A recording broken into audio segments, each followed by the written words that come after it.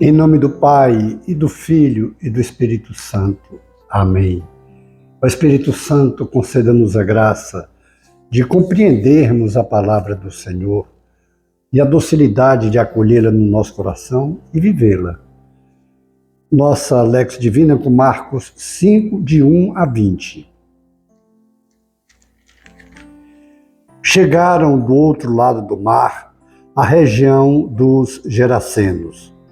Logo que Jesus desceu da barca, caminhou ao seu encontro, vindo dos túmulos, um homem possuído por um espírito impuro. Habitava no meio dos túmulos, das tumbas, e ninguém podia dominá-lo, nem mesmo concorrentes. Muitas vezes já o haviam prendido com grilhões e algemas, mas ele arrebatava os grilhões e estraçalhava as correntes, e ninguém conseguia subjugá-lo. E sem descanso, noite e dia, perambulava pelas tumbas e pelas montanhas, dando gritos e ferindo-se com pedras. Ao ver Jesus, de longe, correu e prostrou-se diante dele, clamando em alta voz: "Que queres de mim, Jesus, Filho do Deus Altíssimo?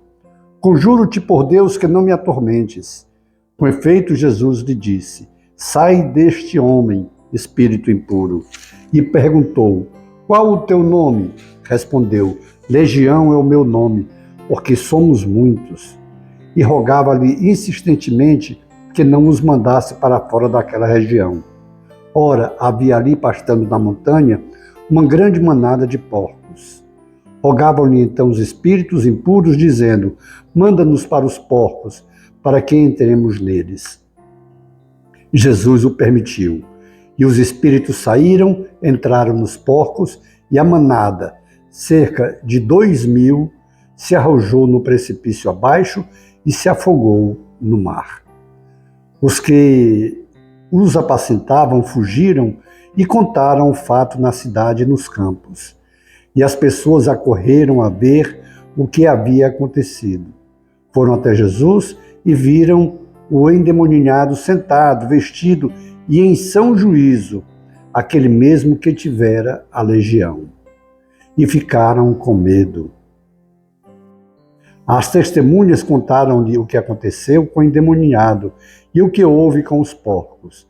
Começaram então a rogar-lhe que se afastasse de seu território. Quando entrou no barco, aquele que fora endemoniado rogou-lhe que o deixasse ficar com ele.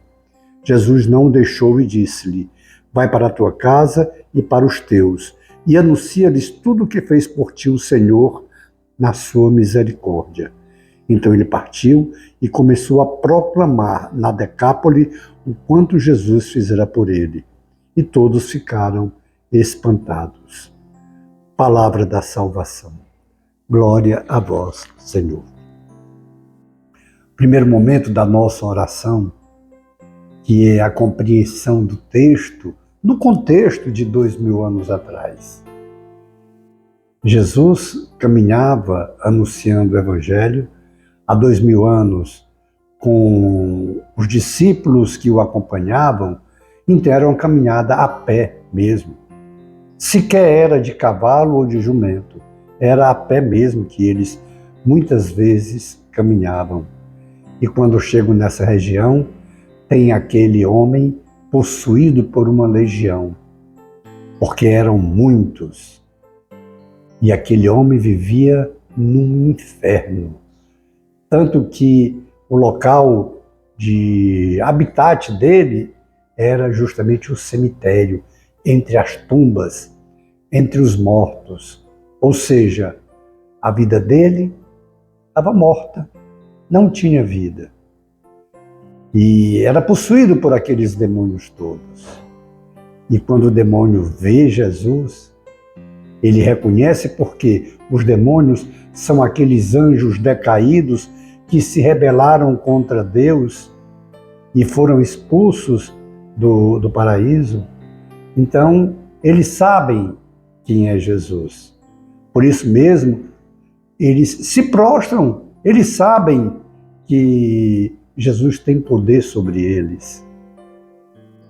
E interessante, mesmo toda aquela legião naquele homem, mas não conseguem matá-lo, apesar de tentarem destruí-lo, fazem com que a vida dele fique um inferno, mas não jogam no precipício.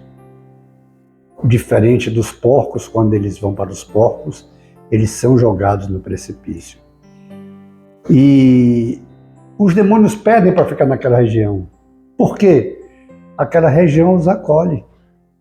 Aquela região, ela quer ficar na vida que levam, dominada pelo demônio, pelo mal. Tanto que, quando eles veem o fato que Jesus expulsa a legião daquele homem, e veem aí como se a vida humana não tivesse valor nenhum para eles. Os valores deles são outros, é tanto que a preocupação deles são os porcos. Como os porcos se perdem, então ele disse, não, afasta-te daqui, sai daqui. Você está trazendo transtorno para a gente. Você está valorizando mais o homem do que os nossos bens. Outro fato interessante, aquele homem pede para seguir Jesus.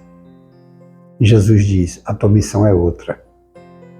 A tua missão, já que todos te viram possesso de demônios, você agora liberto deles, você agora com fé em mim, com um temor a mim, vai anunciar entre os seus, e aquele homem passa a ser um evangelizador.